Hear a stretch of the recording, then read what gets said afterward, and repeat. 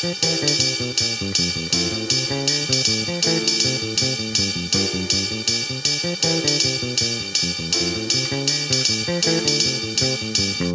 I'm Barry Sahajian. Today we're going to be discussing an advanced bebop phrase, 4 measures long, 2-5-1.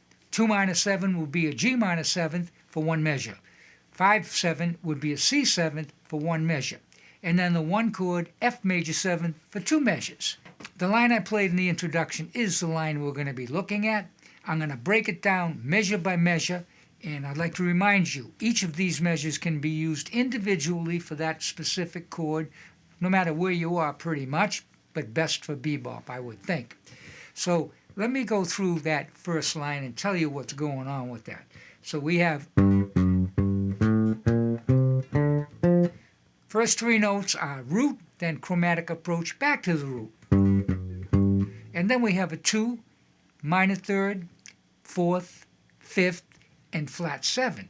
You could also look at that as a G minor 7th arpeggio with 2 added scale tones. That would be the 2nd degree and the 4th degree. Then you have a chromatic approach on the G, which is technically the root of the G minor 7th chord.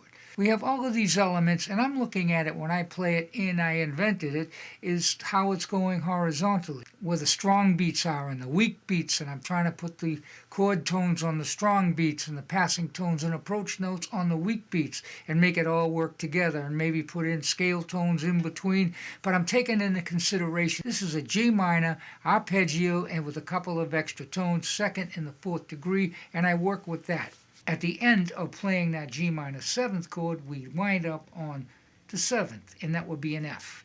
And that is just a half step above an E, which is the 3rd of the C7. And that would be a perfect place to start because it winds up being a diatonic half step approach from above the 3rd. We're going to play the first 3 notes would be 3, 2, 1. Then we add a double chromatic approach from the root going to the flat 7. Put them together.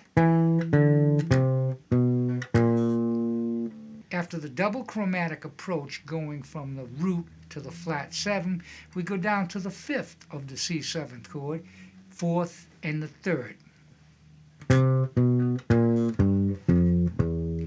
That will be the full measure of the C7, the 5-7 chord. We wind up on the 3rd on the last note. You can think of the E, the 3rd of the C7, as a chromatic approach going to F, the tonic chord, F major 7.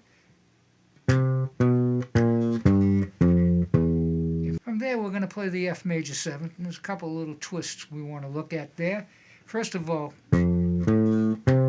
now we're going to put our jazz note in, which is a flat 6 going to the 6. That's very typical in a major 7 bebop scale, adding the flat 6. And it winds up perfectly on an offbeat and approaches the 6, and you can hear it right away.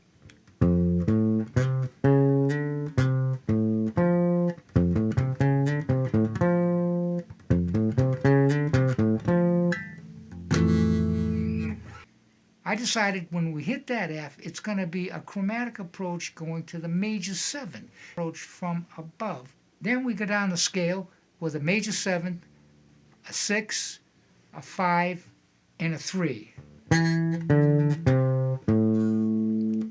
And then we play sort of the lower half of a pentatonic scale, which would be 5, 3, 2, 1.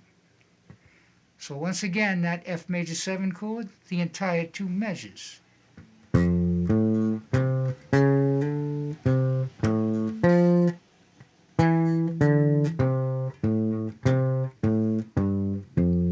We wind up on the F, which makes it easy to repeat this line by just going to your G and start all over again.